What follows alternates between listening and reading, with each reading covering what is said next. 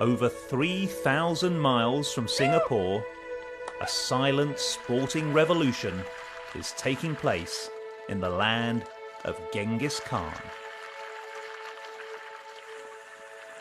Mongolia is a country rich in heritage, a country wrought with tradition and shaped by centuries of complex cultural influence.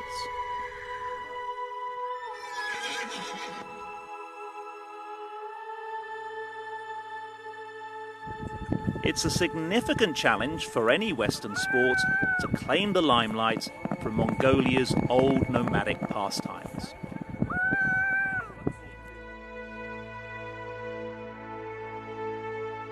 But at the Chingisin Hure camp south of Ulaanbaatar, amidst the bone-breaking and the horseback archery, one man is on a mission to bring rugby to Mongolia.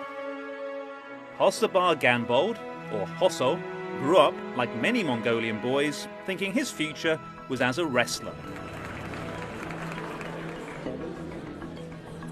He was enwrapped by the country's most popular sport and completely unaware of the foreign game of rugby. In 2003, I was a national-style wrestler and freestyle wrestler at the same time. I used to smoke and drink. I wasn't a very well-behaved kid. Due to injuries, I spent a lot of time and hardships at hospitals. This was a time when I was asking myself, how can I make a comeback? How can I survive and overcome all of this? My friend came to visit me in hospital and brought me a rugby magazine. My health condition was really bad, and when I opened the magazine I saw those strong, healthy athletes. My friend told me, let's try this out. This sport is for real men. It takes perseverance through hardship. I was not sure if I could become that strong and healthy, but I followed my dream and started to train, and that's the story of how I met rugby.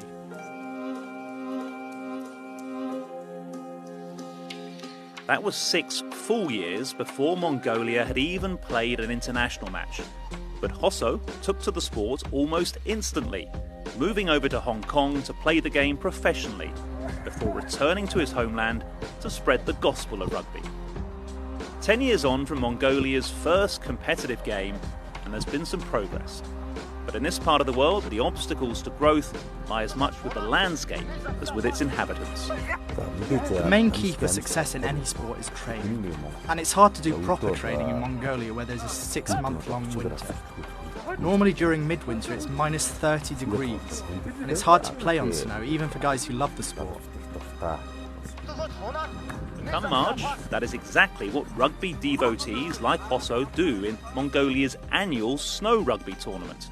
This year, though, a blessing.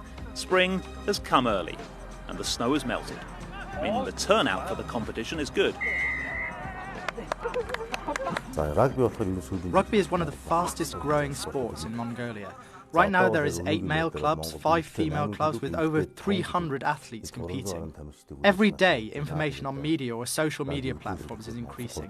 But it will not hurt if we say that we are still developing right now.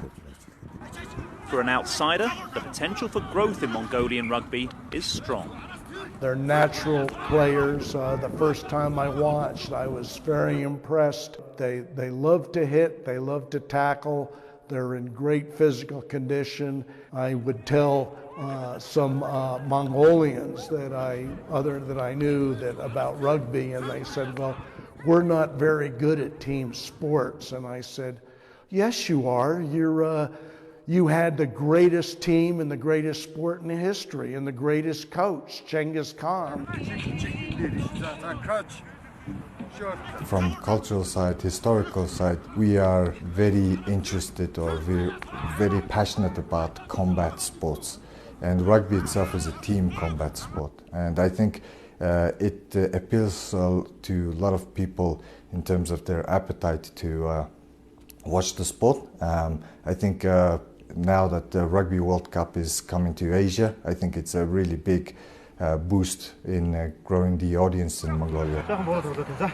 We've had young athletes who have experienced a harsh life and upbringing, made some bad decisions in the past. They know the cruelties of life, and even some of them have been seriously injured. But this sport changed them. It gives them hope, courage, and to some of them, a second thought about the problems in their lives.